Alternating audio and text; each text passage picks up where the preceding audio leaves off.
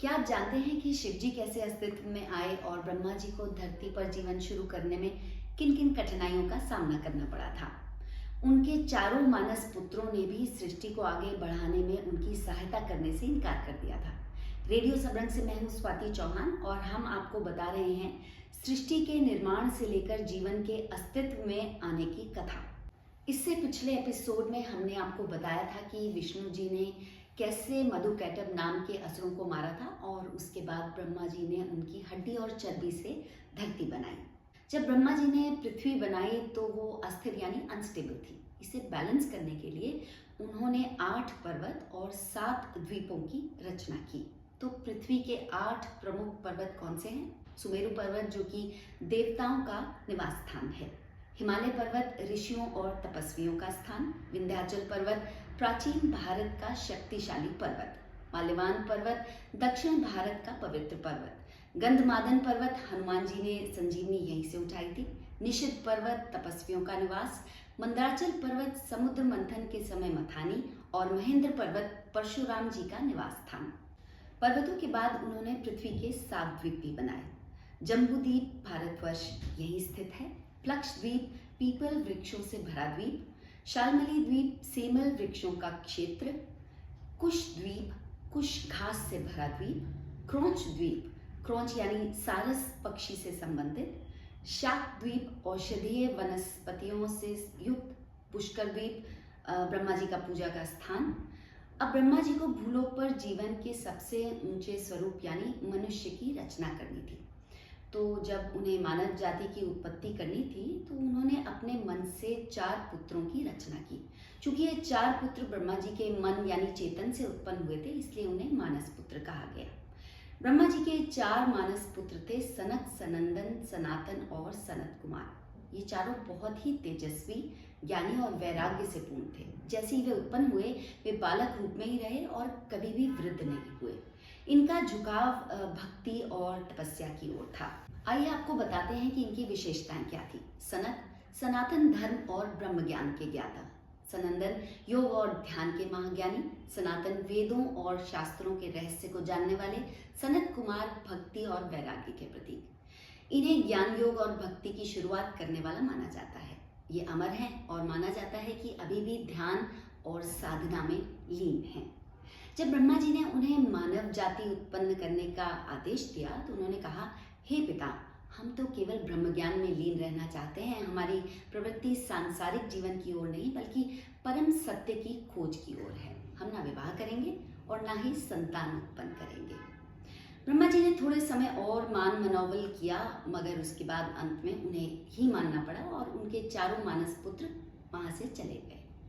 अब ब्रह्मा जी का क्रोध बढ़ता गया। उन्होंने अपनी संतान को सृष्टि में योगदान देने के लिए उत्पन्न किया था, लेकिन वे सभी वैराग में लीन हो गए। उनके इस क्रोध में उनके माथे से एक प्रचंड ऊर्जा उत्पन्न यानी एनर्जी उत्पन्न हुई, जिसकी आंख आग की तरह लाल थी। उस ऊर्जा ने पूछा कि मेरा नाम क्या है। ब्रह्मा जी सोच रहे थे और तभी उन्हें लाल रंग के स्वरूप को देखते ही कहा, तुम्हारा नाम रुद्र है। रुद्र का स्वरूप भयंकर था। वो त्रिशूलधारी थे और उनके शरीर से अग्नि की लपटें निकल रही थी। उनके प्रकट होते ही दिशाएं गरजने लगी, समुद्र उफान पर आ गए और संपूर्ण सृष्टि भयभीत हो उठी। ये रुद्र ही थे, शिव महादेव। ब्रह्मा जी ने रुद्र को देखा और कहा, तुम अत्यंत शक्तिशाली हो, अब तुम सृष्टि की रचना में मेरी सहायता करो। रुद्र मान गए और ब्रह्मा जी खुश हो गए। इसके बाद रुद्र ने अपने भीतर की अपार शक्ति को जागृत किया और उन्होंने अपने कई रूप प्रकट कर लिए, जिन्हें 11 रुद्र कहा जाता है। ये देखकर ब्रह्मा जी ने महादेव को रोका और कहा कि आप तो अपने ही स्वरूप पैदा कर रहे हैं जो नष्ट नहीं होंगे, इससे सृष्टि का बैलेंस ही बिगड़ जाएगा। तो उन्होंने कहा कि जीवन और अंत के चक्र से ही धरती बची रहेगी, क्योंकि धरती पर अमर लोग नहीं हो सकते। उन्होंने रुद्र से पूछा कि क्या वो नश्वर लोग पैदा कर सकते हैं। शिव ने कहा कि वो ऐसा नहीं कर सकते और सिर्फ अमर रूप ही पैदा कर सकते हैं। उन्होंने कहा कि इससे बेहतर वो ध्यान योग करना पसंद करेंगे। उनके जाने के बाद ब्रह्मा जी ने सोचा कि उनके अपने चारों पुत्र ने मनुष्य की रचना में कोई सहायता नहीं की और ना ही उन्हें शिव से कोई सहायता मिली, बल्कि वो तो अपने जैसे 11 अवतार पैदा कर गए।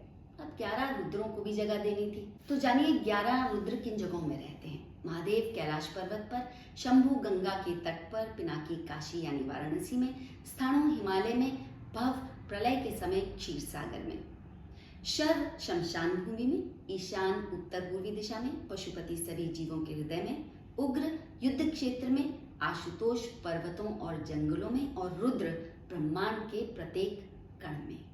एक अन्य मान्यता के अनुसार 11 रुद्रों में से 5 रुद्र पंच महाभूतों में, 5 पंचेंद्रियों में और 1 रुद्र हृदय में रहते हैं। तो पृथ्वी में शंभु, जल में भव, अग्नि में पिनाकी, वायु में उग्र और आकाश में ईशान हैं। ऐसे में पंचेंद्रियों में जो 5 रुद्र स्थित हैं उनमें आंखों में महादेव, कान में स्थाणु, नाक में शर्व, जिह्वा में आशुतोष और त्वचा में पशुपति स्थित हैं। और जैसा मैंने पहले बताया था कि 11वें रुद्र को, जो कि रुद्र हैं, वे स्वयं हृदय या अंतरात्मा में स्थित हैं। वो करुणा, प्रेम, क्रोध और शक्ति के प्रतीक हैं। इस तरह रुद्र भी चले गए, मगर ब्रह्मा जी की मुश्किल हल नहीं हुई। तो कैसे पाया ब्रह्मा जी ने इसका हल, ये हम बताएंगे आपको अपने अगले एपिसोड में। कैसी लगी आपको ये कहानी हमें ज़रूर बताइएगा और साथ ही सब्सक्राइब करिए रेडियो सबरंग का यूट्यूब चैनल। फिलहाल स्वाति चौहान को दीजिए इजाज़त। नमस्कार।